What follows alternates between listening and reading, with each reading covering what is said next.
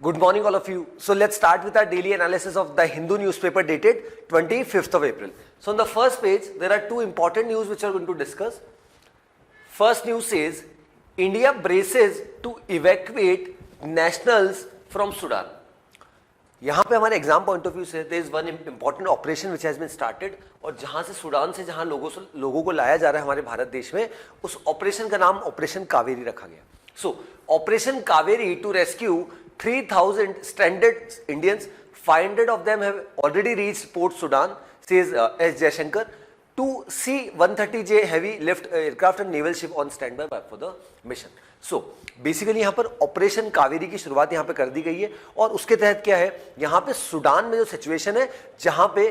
3,000 से ज्यादा भारतीय जहां पे फंसे उनको फिर से भारत लाने की यहां पर कोशिश की जा रही है. उसमें जो पोर्ट सुदान है वहां पे मोर देन 500 इंडियंस को ऑलरेडी यहां पर लाया जा चुका है, और ऑलरेडी हमारे दो जो प्लेन्स है वो स्टैंड बाय पे हैं और एक जो नेवल शिप है वो भी स्टैंड बाय पे है, सो दैट जैसे ही यहां पे हमें ग्रीन सिग्नल मिलता है तो जल्द से जल्द जो भारतीय सूडान में फंसे उनको फिर से भारत लाया जाए. इसकी अगर मैं शुरुआत की बात करूं तो हमने 3 दिन पहले देखा था कि हमारे जो ऑनरेबल प्राइम मिनिस्टर हैं उन्होंने एस जयशंकर जी जो हमारे एक्सटर्नल अफेयर्स मिनिस्टर हैं, उसी के साथ साथ जो अजीत डोभाल जी हैं हमारे नेशनल सिक्योरिटी एडवाइजर, और इंडियन एम्बेसडर टू सूडान जो है उनके साथ जब बातचीत करी तब फाइनली डिसीजन लिया गया कि किस तरीके से जल्द भारतीयों को जो वहां पे फंसे हैं उनको यहाँ पे लाया जाए. बेसिकली आज हम ये समझेंगे कि सूडान की सिचुएशन हुई क्यों. बेसिकली सिचुएशन क्या है, देखिए सूडान को एक नेता थे जिसका नाम मिस्टर बशीर था. लगभग 30 सालों तक उन्होंने सूडान पे राज किया. फिर क्या हुआ, जब वो मिलिट्री कू हुआ, मतलब कहीं ना कहीं जब तख्ता पलट हुआ और जब मिलिट्री ने यहाँ पर पावर ले ली, तब क्या हुआ कि अभी ये जो पूरी सिचुएशन हो रखी है उसमें दो जो लीडर्स है उनका यहाँ पर बहुत बड़ा रोल है. दैट इज एक जो वहां पे सूडान की जो आर्मी है उसके चीफ है, और दूसरा सूडान की जो पहला मिलिट्री फोर्स है उसकी जो चीफ है, दैट इज जिसको वहां पे RSF that is rapid support force जो वहां की पैरामिलिट्री फोर्स है, और सेकंड है सूडानीज आर्म्ड फोर्सेस. अब बेसिकली हुआ क्या कि जैसे जैसे चीजें बदली और जैसे जैसे यहाँ पे मिलिट्री ने पावर यहाँ पे मतलब कहीं ना कहीं तख्ता पलट किया, मिलिट्री रूल किया, और हालांकि दोनों चाहते हैं कि फिर से डेमोक्रेसी को रीइंस्टेट किया जाए, बट किसके पास ज्यादा पावर रहे, वो पावर का यहाँ पर खेल है. और उसी की वजह से, वो पावर टसल की वजह से आज सूडान की हालत ये है कि लगभग यहाँ पे 400 से ज्यादा लोगों की यहाँ पर उस पूरी सिचुएशन में जान जा चुकी है, and more than 2,000-3,000 people are there जो बुरी तरीके से घायल है. और इवन हमने कुछ वीडियोस फोटोज देखे जहाँ पे जो लोग हैं, काफी लोग जिनकी जान चली गई, काफी लोग जो इंजर्ड है वो रोड पे ही ऐसे पड़े. तो सिचुएशन यहाँ पे सूडान की. बट यहाँ पे एक सबसे बड़ा प्रश्न ये आता है कि सूडान में ये सिचुएशन, तो पूरा वर्ल्ड इससे चिंतित क्यों है, और इंक्लूडिंग इंडिया. बिकॉज सूडान की अगर मैं बात करूँ, जिस रीजन पे यहाँ पर सूडान आता है, जहाँ पे जो नाइल रिवर वहाँ से पास होती है, फिर वो इजिप्ट में जाती है, जो ऑलरेडी इसके जो बॉर्डरिंग नेशंस है, that is Eritrea, that is Eritrea की बात करूँ, या नॉर्दर्न रीजन में इजिप्ट की मैं बात करता हूँ, या साउथ सूडान नीचे साउथ में, तो ऐसे करके तो ओवरऑल 7 देशों, क्योंकि इन देशों में अगर सिचुएशन खराब होगी दैट इज सूडान में, तो उसके जो नेबरिंग नेशंस हैं वहां पे भी सिचुएशन खराब हो सकती है. क्योंकि ऑलरेडी ये सब जो रीजन है, स्पेशली अभी जिस तरीके से यहाँ पे हमने देखा था टिग्रे रीजन जो है इथोपिया में, वहां ऑलरेडी क्राइसिस चल रहा था. एरिट्रिया यहाँ पे ऑलरेडी कुछ जो रिवर नाइल है उसके लिए ऑलरेडी कुछ प्रोजेक्ट्स यहाँ पे चला रहा है, जिसको सूडानी जो गवर्नमेंट है, और इजिप्ट जो है कहीं ना कहीं सुएज कैनाल, तो अपने आप में ये जो रीजन होता है वो बहुत कहीं ना कहीं क्रूशल हो जाता है. इसी वजह से there are lot of countries they are eyeing for this कि इस इशू को, दैट इज जो सूडान में यहाँ पर चल रहा है, उसको जल्द से जल्द यहाँ पे रोका जाए. और अगर इसको नहीं रोका गया तो उसका लॉन्ग टर्म इंपैक्ट यहाँ पे बहुत ज्यादा हो सकता है, क्योंकि किसी एक देश में इशू होना तो वो हो सकता है महीने भर, 2 महीने, 6 महीने, साल भर में वो समाप्त हो जाए. बट क्योंकि इसका लॉन्ग टर्म इंपैक्ट उसके आसपास के देशों पे होगा, तो उसका एक लॉन्गर इंपैक्ट यहाँ पे डेफिनेटली देखने को मिल सकता है. इसी वजह से यहाँ पे Indian government is also quite serious about it कि किस तरीके से यहाँ पे हमारे जो भारतीय जो वहां पे फंसे उनको फिर से भारत देश लाया जाए. इसी वजह से हमारी गवर्नमेंट ने ऑपरेशन कावेरी यहाँ पर लॉन्च किया, और ऑपरेशन कावेरी के तहत यहाँ पे जो जितने भी भारतीय यहाँ पर फंसे उनको फिर से वापस से भारत लाया जा रहा है. अब ऐसे में सबसे बड़ा चैलेंज यहाँ पर ये है, क्योंकि जिस तरीके से पहले भी हमने देखा था कि जब अफगानिस्तान में हमारे भारतीय लोग फंसे थे, या जिस तरीके से यूक्रेन में भारतीयों को फिर से लाया गया था, तो वैसे ही फिर से एक चैलेंज आ गया जिस तरीके से सूडान में भी सिचुएशन हो रखी है. और ऐसे में Indian government is in touch with US, UK and even Saudi Arabia as well. वहाँ की अथॉरिटीज से टच में, और कंटिन्यूस बेसिस पे यहाँ पे कोशिश की जा रही है किस तरीके से जो भारतीय वहाँ पे फंसे उनको फिर से यहाँ पे भारत लाया जाए. So this was about this news. और यहाँ पे ऑलरेडी प्लेन स्टैंड बाय में and you can see the photograph itself where in people are coming, Indian citizens जो सूडान में रहते थे वो फिर से भारत यहाँ पे लाए जा रहे हैं। Already they have reached port Sudan, जहाँ से उनको फिर से भारत लाया जाएगा। Then next news, after death of 2 cheetahs MP Madhya Pradesh seeks new site for the felines. So यहाँ पे हमने देखा कि बेसिकली हुआ क्या कि अभी तक हमारे भारत में जो चीतास का रीइंट्रोडक्शन यहाँ पे किया जा रहा है, और इसका हमने कल भी डिस्कस किया था हमारे न्यूज़पेपर एनालिसिस में कि इसका रीजन ये बिकॉज इंडिया ने एक नया ऑर्गेनाइजेशन यहाँ पर लॉन्च किया जिसका नाम है IBCA। हमारे ऑनरेबल प्राइम मिनिस्टर ने that is international big cat alliance यहाँ पर लॉन्च किया है, जिसमें 7 categories of animals will be there, जिसमें lion, tiger, cheetah, leopard, snow leopard, puma और जैगवार यहाँ पर रहेंगे। तो हमारे देश में चीतास की जो पॉपुलेशन है ऑलरेडी एक्सटिंक्ट हो चुकी थी इन द ईयर 1952, बट फिर से अभी रिसेंटली हमने देखा रीइंट्रोडक्शन हो रहा है, और अभी तक 20 चीताज ओवरऑल हमने बाहर से, दैट इज 8 नामीबिया से इन द मंथ ऑफ सितंबर 2022, और फरवरी 2023 में हमने साउथ अफ्रीका से 12 चीताज मंगाए। बट हुआ क्या, देयर आर 2 चीताज जिनकी यहाँ पर अभी तक डेथ हो चुकी है, एक नामीबिया से जो आए थे साशा, और एक चीता जो है उदय जिसकी यहाँ पर डेथ हो चुकी है फ्रॉम साउथ अफ्रीका। अब यहाँ पे जो सिचुएशन हो रखी है उसमें जो क्योंकि ये जितने भी यहाँ पर चीताज है उन सबको MP मध्य प्रदेश गवर्नमेंट ने कूनो नेशनल पार्क में रखा है, और ये तो अभी स्टार्टिंग है क्योंकि और चीताज का रीइंट्रोडक्शन यहाँ पे होना है, भारत में आने, और जिस तरीके से एनवायरमेंटल होता है, एनवायरमेंट की वजह से रेनफॉल, बहुत सारी चीज़ें होती है, और अभी ये जो 2 चीताज की जान गई है वो उससे अपने आप में कहीं ना कहीं जो MP फॉरेस्ट डिपार्टमेंट है जो पूरा इसको ओवरलुक कर रहा है, और इवन जो यूनियन मिनिस्ट्री हमारी environment, forest and climate change की, उन्होंने भी इस चीज़ का संज्ञान लिया कि ऐसा क्या रीज़न है कि यहाँ पर इन चीताज की यहाँ पर डेथ हो रही है। अब कुछ ऑफिशियल्स का यहाँ पर ये भी मानना है कि हमें ओवरऑल जितना लोग चाहिए, मतलब पर चीता पे लगभग यहाँ पे डेटा बताया गया कि we want that there has to be 9 people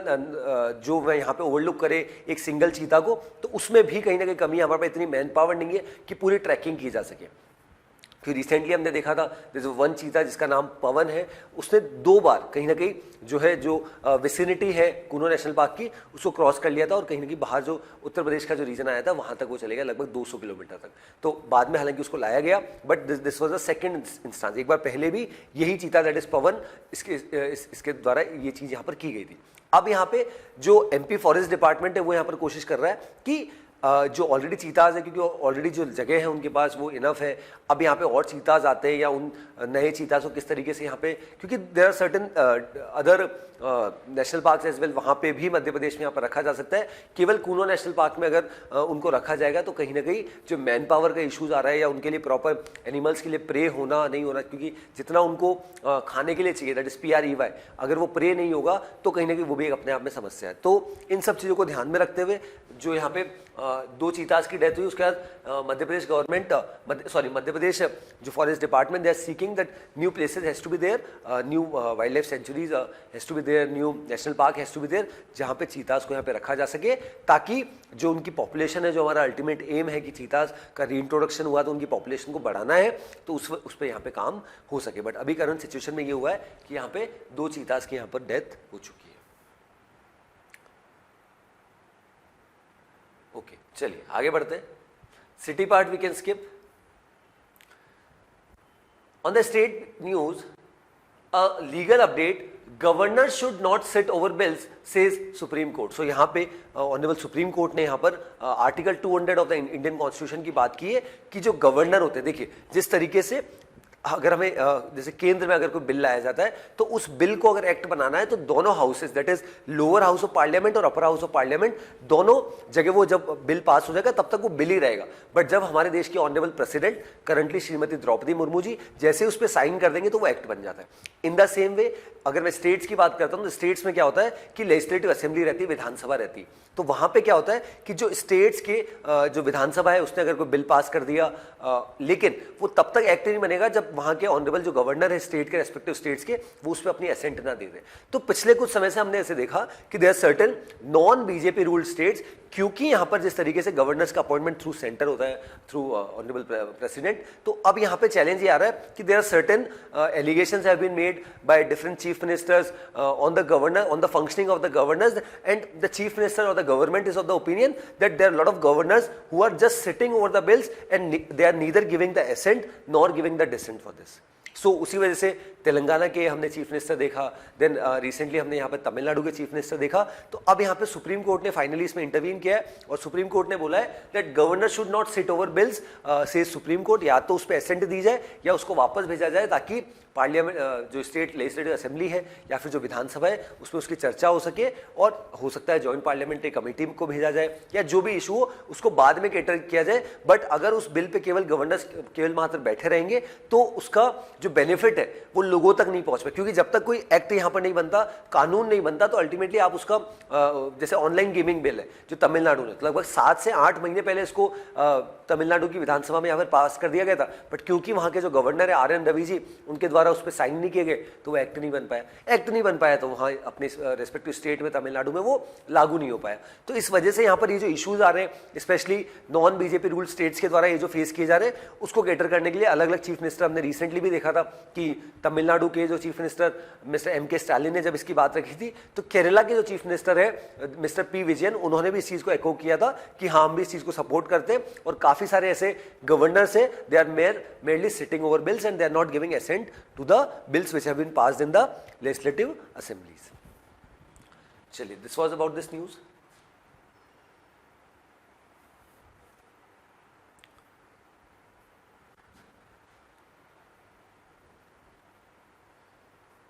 This we can skip. A lot of political news are there. Chaliye, we'll move directly to the editorial part. So today we'll be discussing 2 editorials and 1 opinion. So what the title of the first editorial says, pending bills, the issue of gubernatorial inaction. सो यहाँ पे author ने बात की है कि ये जो issue यहाँ पे पूरा चल रहा है दैट इज अबाउट कि हमारे देश में देयर सर्टेन गवर्नर्स, जो अभी हमने ऑलरेडी टॉपिक डिस्कस किया था उसी के बारे में एडिटोरियल लिखा गया है कि गवर्नर्स का बिल पे सहमति ना देना अपने आप में डिले करता है और कहीं ना कहीं कॉन्स्टिट्यूशन के खिलाफ भी है। ऑथर ने ये इस चीज़ को साइड किया है कि हमारा कॉन्स्टिट्यूशन इस चीज़ की बात करता है, हमारा संविधान इस चीज़ की बात करता है कि यहाँ पे गवर्नर्स की रिस्पॉन्सिबिलिटी है कि अगर कोई स्टेट लेजिस्लेटिव असेंबलीज ने यहाँ पर बिल पास किया है तो उसको यहाँ पे सहमति दे या नहीं दे, लेकिन मेरे लिए उस पर बैठना, उस पर कुछ डिसीजन नहीं देना वो अपने आप में गलत है, ऐसा यहाँ पे ऑथर ने बोला है। अब यहाँ पे ऑथर ने स्टार्ट किस तरीके से किया है, दैट इज तमिलनाडु में जिस तरीके से मैंने बताया MK स्टालिन और तमिलनाडु के जो ऑनरेबल गवर्नर है मिस्टर RN रवि, उनके बीच में जो इश्यूज यहाँ पर चल रहे हैं और किस तरीके से रिसेंटली यहाँ पर RN रवि जी के द्वारा एक स्टेटमेंट भी दिया गया था 6 अप्रैल को, उसी के साथ शुरुआत की गई ऑथर ने कि RN रवि जी ने बोला था कि अगर कोई बिल के ऊपर अगर ऑनरेबल गवर्नर साइन नहीं करते that means the bill is dead, ये स्टेटमेंट यहाँ पे दिया था। तो इस वजह से तमिलनाडु की गवर्नमेंट ने काफ़ी प्रोटेस्ट भी किया था RN रवि जी के खिलाफ, और तो उसी चीज़ को यहाँ पे ऑथर ने साइड किया। अब ऑथर ने कुछ आर्टिकल्स को साइड किया, उनको हम रीड करते हैं, that is article 355 of the Indian constitution, then article 200 of the Indian constitution. So it shall be the duty of the union to ensure that the government of every state is carried on in accordance with the provisions of the constitution. The general meaning and purpose of the article was explained by Honorable B.R. Ambedkar ji in the Constituent Assembly to provide justification for the invasion of the provincial field, which the union government may have to do, but the constitution is a dynamic document of concepts and doctrine. तो यहाँ पे author ने article 355 of the Indian constitution की बात की है और इस चीज़ को साइड किया है कि यूनियन गवर्नमेंट ने कहीं ना कहीं ये एम्पावर कर रखा है और कहीं ना कहीं कॉन्स्टिट्यूशन ने भी इसके अधिकार दे रखे हैं कि गवर्नर्स को कहीं ना कहीं जो अपने रूल्स रेगुलेशन जो उनकी एम्बिट है या जो उनके जो काम है, कार्य क्षेत्र है, उस पर यहाँ पे काम करना चाहिए, और अगर वो नहीं करते तो वो अपने आप में बहुत बड़ी समस्या है। वो यहाँ पे ऑथर ने इस चीज़ को साइड किया जो बहुत सारे नॉन बीजेपी रूल स्टेट्स यहाँ पे फेस कर रहे हैं। देन उसी के बाद article 200 of the Indian constitution जो अभी हमने यहाँ पर देखा था, जिस तरीके से ऑनरेबल सुप्रीम कोर्ट ने भी उसको साइड किया, तो उसको भी यहाँ पे ऑथर ने साइड किया कि mainly sitting over bills is not at all a solution, और अगर ऐसा किया जाता है तो वो अपने आप में गलत है, और वही सिचुएशन अभी हमको हमारे देश में यहाँ पर देखने को मिल रही है। देन ऑथर ने यहाँ पर कहीं ना कहीं यूनाइटेड किंगडम की भी बात की, यूके की, कि वहाँ क्या सिचुएशन होती है, वहाँ अगर कोई बिल यहाँ पर पास किया था किस तरीके से मिनिस्ट्रीज के पास ये पावर रहता है, बट हमारे देश में जिस तरीके से गवर्नर्स को यहाँ पर इस चीज़ के लिए एम्पावर कर रखा है, और काफ़ी सारे जो नॉन बीजेपी रूल स्टेट्स है करंट सिचुएशन में हमारे देश में, वहाँ किस तरीके से पूरी सिचुएशन होती है, उसको भी यहाँ पे ऑथर ने साइड किया। यहाँ पे ऑथर ने बोला है दैट इज, अगर मैं यहाँ की यूके की अगर अपन बात करते हैं, दैट इज कि D.D. बासु जी की भी यहाँ पर बात की गई, और यहाँ पे बोला that is the position of the governor in this respect is that of the sovereign in England, because ये जो कॉन्सेप्ट है हमने ये इंग्लैंड से बोरो किया, इसी वजह से ऑथर ने यहाँ पर यूके का एग्जाम्पल दिया। In theory, the sovereign can refuse to give his assent, but this right has not been exercised since the reign of Queen Anne.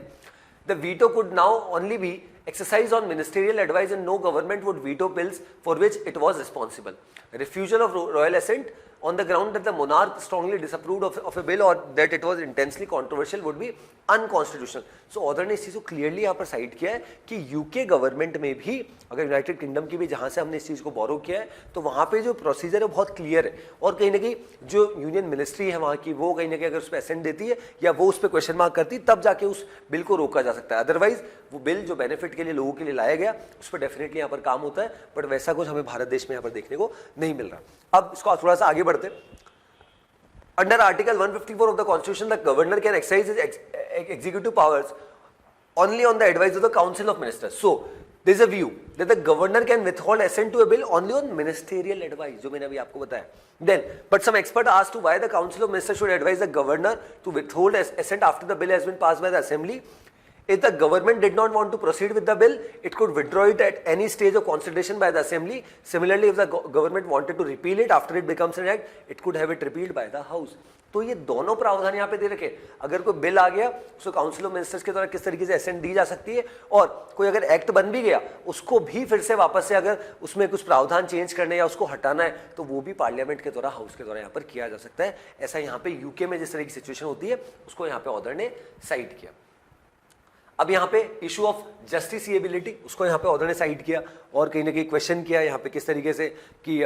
The court can not go into the question of whether it was necessary for the governor to reserve the bill for the consideration of the president. Thus this case too does not deal with the justiciability of assent. The issue that is agitating state government is the non decision in decision on the part of the governor on the bill. मतलब कहीं ना कहीं इसका crux यही है कि अगर कोई स्टेट लेजिस्लेटिव असेंबली, अगर कोई विधानसभा इस तरीके से यहाँ पर बैठती है और यहाँ पे अपना काम करती है, और ऐसे में अगर गवर्नर्स के द्वारा, क्योंकि उनको सेंटर के द्वारा अपॉइंट किया जाता है on the advice of honourable president, तो जिस तरीके से यहाँ पे पूरी सिचुएशन होती है उसकी वजह से लोगों को बेनिफिट यहाँ पे नहीं हो पाता अगर कुछ नया एक्ट या प्रावधान यहाँ पे कानून लाया जाता है. तो उसी चीज को यहाँ पे ऑथर ने क्रिटिसाइज किया है और अल्टीमेटली एंडिंग यहाँ पर ऑथर ने इस तरीके से करी है.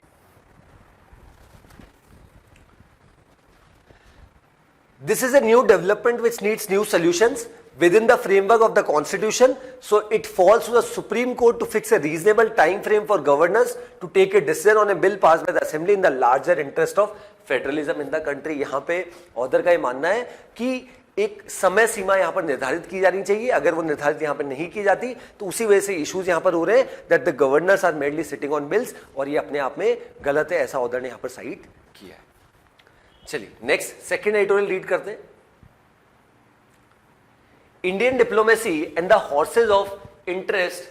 मॉरलिटी. सो यहां पे ऑथर ने बात की है कि रिसेंटली जिस तरीके से यूक्रेन की first deputy minister, deputy foreign minister यहां पर भारत आती है और उनके द्वारा जिस तरीके से स्टेटमेंट दिए जाते हैं और भारत को कहीं ना कहीं विश्वगुरु की यहां पर बात की जाती है. और अब यहां ऑथर ने कहीं ना कहीं बात रखी कि ये जो स्टेटमेंट है अपने आप में बहुत बड़ा है और जिस तरीके से the way Indian government is functioning अपने आप में बात सही है, उसमें there is no doubt about it. But the problem lies in the hands कि यहाँ पे यूक्रेन के मिनिस्टर का यहाँ पर ये स्टेटमेंट देना एक क्लियर इंडिकेशन था कि भारत ऑन वन साइड अगर बात करें, India is on one side if it's talking about कि हमें विश्वगुरु बनना है, तो फिर आपको कहीं ना कहीं अपना एक स्टैंड लेना पड़ेगा कि भैया अगर ये गलत हो रहा है तो आप उस पर उसकी बात करिए. बट रादर ऑथर का ऐसा मानना है कि जब यहाँ पे यूक्रेन की फॉरेन मिनिस्टर आई या जब से हमने इंडिया का स्टैंड देखा with respect to Russia Ukraine war, तो हमने कहीं ना कहीं न्यूट्रल यहाँ पे रास्ता यहाँ पर अपनाया. राइट. तो ऐसे में यहाँ पर ऑथर का मानना है कि जब आप विश्वगुरु होने की बात करते हैं तो कहीं ना कहीं आपको क्लियर स्टांस यहाँ पर लेना चाहिए. और ऑथर ने एक और चीज बोली, हालांकि हमारे जो ऑनरेबल गवर्नमेंट है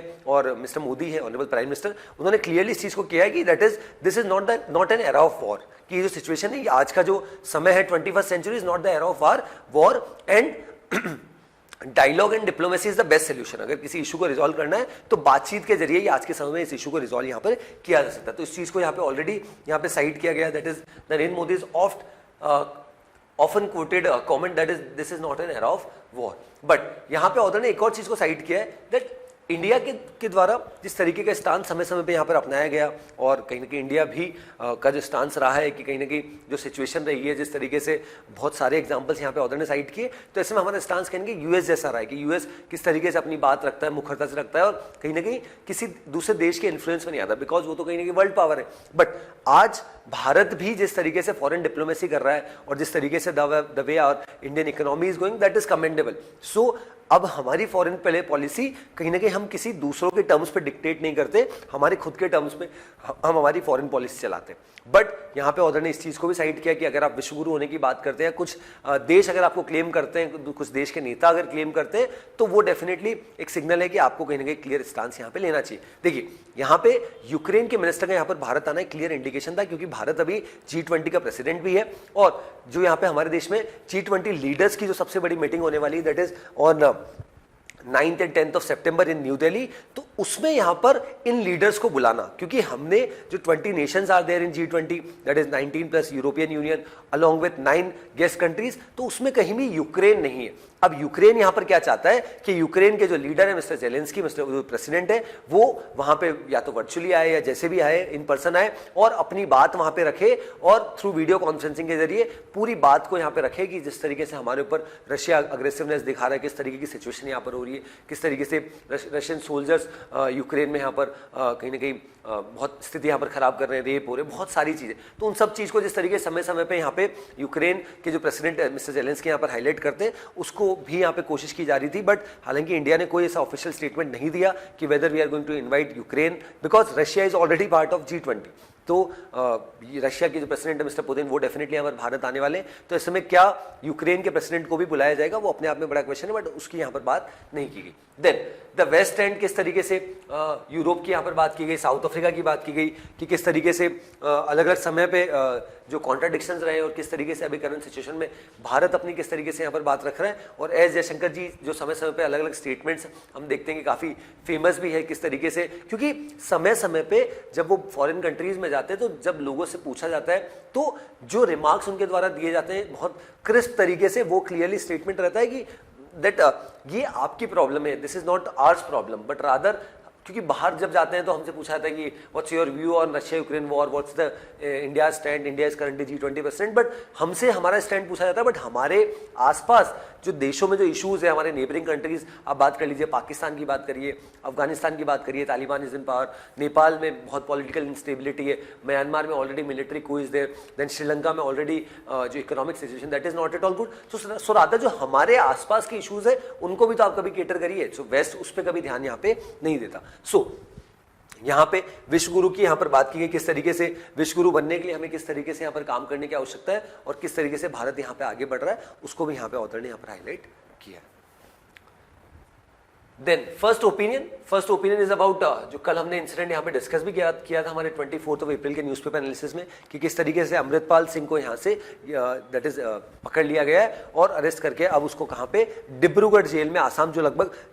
पंजाब से 2000 किलोमीटर दूर है। तो अब यहाँ पे ऑथर ने उसी चीज़ को साइड किया कि ये एक बहुत अच्छी चीज़ यहाँ पर हुई है कि जिस तरीके से अमृतपाल सिंह को यहाँ पर पकड़ लिया गया, क्योंकि उससे कहीं ना कहीं जो पंजाब में जो कम्युनल हार्मनी है उसको मेंटेन किया जाएगा, पीस जो है उसको मेंटेन किया जाएगा। और इसके लिए ऑलरेडी हमने देखा कि पंजाब पुलिस के द्वारा ऑलरेडी यहाँ पर धन्यवाद यहाँ पर मतलब कहीं ना कहीं ज्ञापित किया गया सभी लोगों को जो पंजाब के, किस तरीके से पूरा लगभग 35-36 डेज का पूरा इंसिडेंट चला, उसके बाद भी पूरी तरीके से शांति। और अब एक बहुत अच्छी चीज़ यहाँ पर की गई है कि ये जो पर्सन है अमृतपाल सिंह, इसको पंजाब या हरियाणा की जेल में नहीं रखा गया, इसको डायरेक्टली यहाँ पर Dibrugarh which is in Assam, वहाँ पर भेज दिया गया। तो अब यहाँ पे ऑथर का मानना है अब करंट सिचुएशन में यहाँ पर जो भी सिचुएशन है, जो खून खराबा या जो सिचुएशन थी, उन सबको अब रोक दिया गया है। और जिस तरीके से यहाँ पर गन कल्चर को प्रमोट कर रहा था, ड्रग्स को प्रमोट कर रहा था अमृतपाल सिंह, तो उस सबके खिलाफ यहाँ पे अंडर NSA और अलग अलग जो FIRs उसके खिलाफ हुई है, उसमें यहाँ पे उसके अंतर्गत यहाँ पे क्या लिया जाएगा, एक्शन लिया जाएगा। यहाँ पे कहने के थोड़ा सा पॉलिटिकल व्यू भी बताया गया कि किस तरीके से आम आदमी पार्टी जो वहाँ पे रूलिंग में है वो भी अपनी कहीं ना कहीं पीठ थपथपा रही कि किस तरीके से हमने यहाँ पे काम किया और किस तरीके से हमने इसको करा। तो रादर जो ऑथर है उनका ऐसा मानना है कि रादर देन इस मुद्दे को पॉलिटिसाइज करना, ये जो पूरा इशू है इसको जड़ से यहाँ पर समाप्त करने की आवश्यकता है। रीजन भी क्योंकि खालिस्तानी प्रोटेस्टर्स बहुत कम है, लेकिन समय समय पर जिस तरीके से इनको फॉरेन फंडिंग मिलती है और किस तरीके से अपनी बात रखते हैं और किस तरीके से नए नए लीडर्स इमर्ज होते हैं, तो इनको यहाँ पर समाप्त करने की आवश्यकता है। वैसा ही कुछ यहाँ पे अमृतपाल सिंह और उसके जो 9 साथी उनके साथ यहाँ पर किया गया। और हमने पहले भी डिस्कस किया था जिस तरीके से 21 अप्रैल को ही, अभी 3 दिन पहले ही, जो अमृतपाल सिंह है उसकी जो वाइफ है वो भी किस तरीके से अमृतसर से यहाँ पे लंदन जा रही थी, उसको भी यहाँ पे एयरपोर्ट अथॉरिटीज के द्वारा रोक लिया गया। सो this was about this particular opinion जहाँ पे अमृतपाल सिंह की यहाँ पर बात की गई है। चलिए आगे बढ़ते हैं।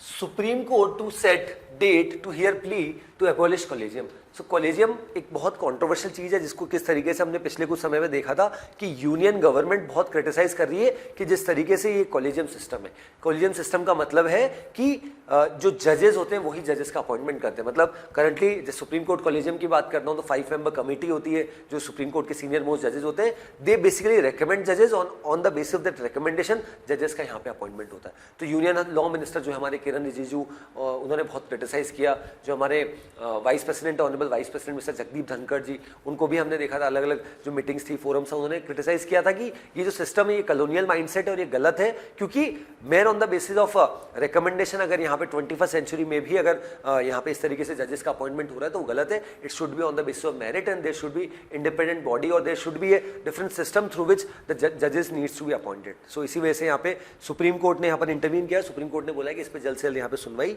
की जाएगी कि किस तरीके से यहाँ पे इसको अबॉलिश किया जाना चाहिए या नहीं किया जाना चाहिए। बट यहाँ पे सबसे बड़ा प्रश्न ये कि इसकी सुनवाई भी सुप्रीम कोर्ट ही कर रहा है कि इसको रखना या नहीं रखना, और वो उन्हीं के अगेंस्ट में। तो in times to come will get to know क्या होता है। बट यहाँ पे जो यूनियन गवर्नमेंट है दैट इज क्वाइट क्लियर कि इसमें कुछ चेंजेस लाने की डेफिनेटली यहाँ पर आवश्यकता है। और उसी का कहीं ना कहीं रीजन है कि जिस तरीके से यूनियन लॉ मिनिस्टर जो फॉर्मर थे हमारे law minister, union law minister Ravishankar Prasad ji, वो उनको कहीं ना कहीं अब हटा दिया गया था और अब नए यूनियन लॉ मिनिस्टर को लाया गया किरण रिजिजू। हालांकि इसमें समय हो चुका है 1.5 साल, बट उनका क्लियर एजेंडा यही है। किरण रिजिजू जिस तरीके की स्टेटमेंट यहाँ पर देते हैं कि ये जो सिस्टम है कॉलेजियम सिस्टम, इसमें हमें अमेंडमेंट्स लाने की आवश्यकता यहाँ पर है। Then India China hold frank and in depth talks. So यहाँ पे 18th राउंड की कॉप कमांडर टॉक्स यहाँ पे हुई है इंडिया और चाइना के जो काउंटर पार्ट्स हैं उनके बीच में। और इसके पहले हमने ऑलरेडी देखा 17 बार बातचीत हो चुकी है। ये 18 टाइम यहाँ पे जो चाइनीज साइड है उस पर बातचीत हुई है और जो यहाँ पर फ्रिक्शन पॉइंट्स हैं उनको यहाँ पर चर्चा में लिया गया। और यहाँ पे कोशिश ये की जा रही है कि जितने भी इशूज़ हैं दैट इज इंडिया और चाइना के बीच में उनको यहाँ पर रिजॉल्व किया जाए ताकि जो पीस है वो मेंटेन किया जा सके। बट ऑन वन साइड जब यहाँ पे चाइना बात करता है पीस की, and on the other hand जिस तरीके की सिचुएशन यहाँ पर चाइना इंफ्रास्ट्रक्चर बिल्ड कर रहा है, चाइना जिस तरीके से रिसेंटली हमने देखा अरुणाचल प्रदेश की जो 11 प्लेसेस है उनका रीनेमिंग यहाँ पर करता है, तो वो अपने आप में दर्शाता है कि चाइना का स्टांस अपने आप में बहुत अलग अलग है। और that clearly is a signal कि चाइना नहीं चाहता कि जो इंडिया और चाइना के बीच में जो इशूज़ है और ये जो बाउंड्री डिस्प्यूट्स है उसको जल्द से जल्द यहाँ पे रिजॉल्व किया जाए और रादर उसको और एस्केलेट करने की यहाँ पर चाइना कोशिश करता है। Then vibrant village plan to be merge with PM Gati Shakti. सो दोनों ये प्रोग्राम्स बताने के लिए मैंने यहाँ पे इस न्यूज़ को हाईलाइट किया। वाइब्रेंट विलेज प्रोग्राम बेसिकली जो हमारे पिछले साल का जो बजट था, जो हमारी honourable union finance minister Shrimati Nirmala Sitharaman ji ने इसकी बात की थी, यूनियन बजट 2022-2023, मतलब जो अभी वाला था 1 फरवरी 2023 का, दैट वाज 2023-24, राइट। तो इसके पहले वाला बजट, तो उसमें यहाँ पर जो हमारी honourable union finance minister Nirmala Sitharaman ji, उन्होंने यहाँ पर वाइब्रेंट विलेज प्रोग्राम की बात की थी। ये बात करता है vibrant village programme says that कि जो हमारे कह सकते हैं नेबरिंग जो नेशंस है उनके साथ जो बॉर्डरिंग स्टेट्स है, बॉर्डरिंग विलेजेस है, उनके यहाँ पे किस तरीके से बेसिक इंफ्रास्ट्रक्चर को और अच्छा यहाँ पर बेटर किया जाए, उसके लिए वाइब्रेंट विलेज प्रोग्राम यहाँ पे लॉन्च किया गया। अब ये क्यों जरूरी हो जाता है, क्योंकि ये लोग जो वहाँ पे हमारे यहाँ पे बॉर्डर्स पे रहते हैं, बॉर्डरिंग विलेजेस में रहते हैं, तो उनके वहाँ पे प्रॉपर इंफ्रास्ट्रक्चर होना और प्रॉपर कनेक्टिविटी हर चीज़ की होना, रोड रेलवे इंफ्रास्ट्रक्चर और कहीं ना कहीं प्रॉपर रोड्स होना, प्रॉपर कनेक्टिविटी, इंटरनेट कनेक्टिविटी होना, ये बेसिक एमिनिटीज़ यहाँ पे प्रोवाइड करना, that is the need of the hour. इसी के तहत यहाँ पे जो वाइब्रेंट विलेज प्रोग्राम यहाँ पे स्टार्ट किया गया था। और अब यहाँ पे पीएम गति शक्ति के अंतर्गत यहाँ पे एक बहुत बड़ा कॉर्पस यहाँ पे यूनियन गवर्नमेंट के द्वारा दिया गया। उसके अंतर्गत बहुत सारी जो मिनिस्ट्रीज है अलग अलग, उन सबको मर्ज करके 15-16 मिनिस्ट्रीज, उनके साथ कोऑर्डिनेशन में काम किया जाएगा अंडर दिस पीएम गति शक्ति प्लान। अब क्या हुआ है, वाइब्रेंट विलेज प्रोग्राम को भी पीएम गति शक्ति के अंतर्गत यहाँ पे ले लिया गया।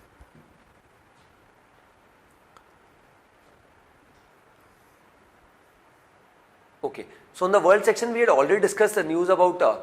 सूडान. सो ऑलरेडी हमने कर लिया. मोर कंट्रीज मूव सूडान इवैक्यूएशन. यहाँ पे बहुत सारे देशों के द्वारा कोशिश की जा रही है किस तरीके से इवैक्यूएशन को और जल्द से यहाँ पे बढ़ाया जाए, तो उसी कोशिश यहाँ पे की जा रही है. इकोनॉमी न्यूज में this news is important, that is Adani ports begins $130 million bond buyback in debt rejig. So यहाँ पे अडानी एंटरप्राइजेस का जिस तरीके से हमने जनवरी मंथ में देखा था, हिंडनबर्ग की एक रिपोर्ट आती है, उसके बाद जो उसके द्वारा जो एफपीओ है फर्दर पब्लिक ऑफर उसको वापस ले लिया जाता है 20,000 करोड़ का, और अडानी के शेयर्स, काफ़ी सारी कंपनीज के जो शेयर्स हैं उनकी प्राइस यहाँ पर डिक्रीज हो जाती है. देन अडानी ग्रुप ने यहाँ पर ऑलरेडी बोल दिया कि हम जो केस यहाँ पे फाइल करेंगे, और केस ऑलरेडी यहाँ पर रजिस्टर कर दिया गया अगेंस्ट हिंडनबर्ग, और हिंडनबर्ग ने क्लियरली बोला था कि हमने 2 साल तक रिसर्च करिए, आप कुछ भी केस करिए, कोई दिक्कत नहीं. तो ये इशू हमने पहले भी डिस्कस किया. अब यहाँ पे बात की जाए तो यहाँ पे अडानी जो पोर्ट्स एंड SEZ है, स्पेशल इकोनॉमिक जोन, वो यहाँ पे अब क्या कर रहा है कि $130 million के जो बॉन्ड्स हैं, जो यहाँ पे बॉन्ड्स का मतलब हो गया कि फॉर एग्जांपल किसी प्राइवेट कंपनी को या इवन गवर्नमेंट की बात करता हूँ, गवर्नमेंट को पैसा चाहिए तो बॉन्ड्स इशू किए जाते हैं. जिन लोगों के पास पैसा होता है वो पैसा इन्वेस्टर्स कंपनी को देते हैं, और जो कंपनी होती है वो इंटरेस्ट देती है. तो बायबैक का मतलब होता है कि जो बॉन्ड्स इशू किए गए थे उनका वापस से रीपेमेंट किया जा रहा है, राइट. जैसे शेयर्स का भी बायबैक होता है, मतलब शेयर्स इशू किए गए और शेयर्स का रीपेमेंट वापस किया जा रहा है, तो उसको बायबैक बोला जाता है. उसमें काफ़ी हेफ्टी अमाउंट यहाँ पे लगता है. दैट इज, उसको अगर आप एग्जाम्पल समझे तो आपने लोन लिया और उस लोन का रीपेमेंट आप कर रहे हैं, एक मुश्त में, मतलब कंप्लीट आप उसको खत्म कर रहे हैं. तो वैसे ही कुछ यहाँ पे हो जाता है. अब अडानी यहाँ पर ये कर रहा है, और कहीं ना कहीं $130 million का यहाँ पे जो कॉर्पस है उसमें उसका बायबैक यहाँ पर हो रहा है. तो उससे that clearly is a signal कि अडानी एंटरप्राइजेस की, Adani port special economic zone या अडानी एंटरप्राइजेस की जो कंपनीज है उनकी स्थिति यहाँ पर अच्छी है, और उनकी फाइनेंशियल जो लिक्विडिटी है वो भी बेहतर है. ऐसा यहाँ पे ये रिपोर्ट्स यहाँ पे या ये न्यूज़ यहाँ पर डेफिनेटली यहाँ पर साइट कर रहा है. So herein, this was the last news of our today's analysis. So herein I conclude with today's session. I hope the session was insightful. That's all from my side. Thanks for watching.